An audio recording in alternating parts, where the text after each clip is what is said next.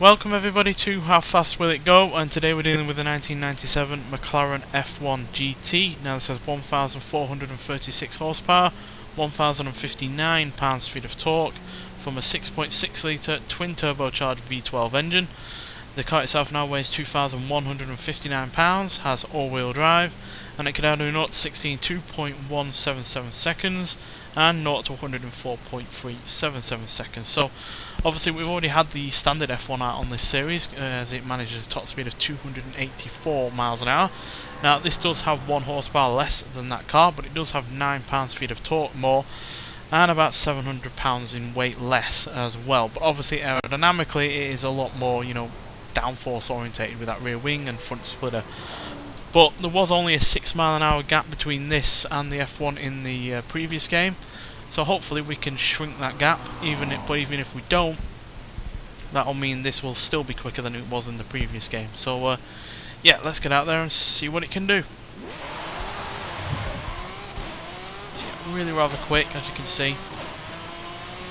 Takes no time at all to get. Whoa, wood. That Mazda didn't get in the way, but yeah, it takes no time at all to really get to a high rate of speed. Well past 200 already. It's 260, 270. So we're past our original top speed in the previous game. That's 280.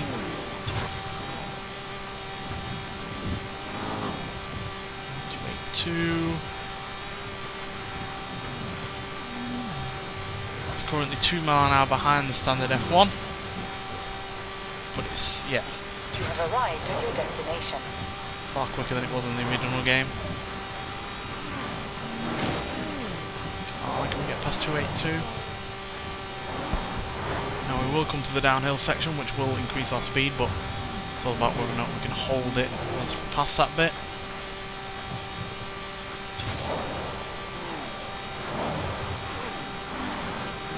284, 285, I'm not going to hold that.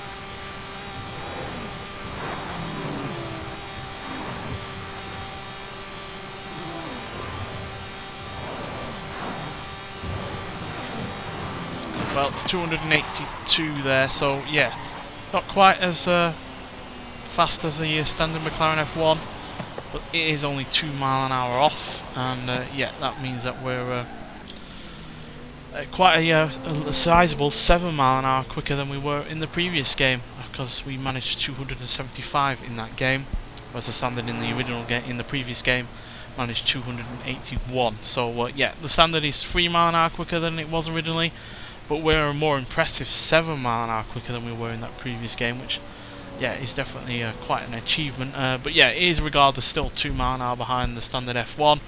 But we do at least match the Noble M400, which is a newer car by 7 years. Nope, 9 years, sorry. And yeah, that also means that we're quicker than the Toyota Supra RZ, Audi TT RS, Noble M600, Jaguar Sport XJR15 and the Toyota Celica SSI, as well as the Ferrari J50, and we pushed the Zenvo TSR-S after only a week out of the top 10. But still, that's pretty damn quick, and is the joint 3rd fastest that we've had on this series so far. So yeah, really impressed by it. Did feel like it could have got a little bit out of it more, but either due to the cars that we're up against on the traffic outside, or just the general layout of the freeway there, it didn't quite manage it. But still, regardless, to be only 2 mile an hour behind a car that you have 1 horsepower less than and far more downforce going on your body, that is yeah, really good. So yeah, overall a solid episode there from this car. Nonetheless, thanks for watching, and I'll see you in the next one. Bye.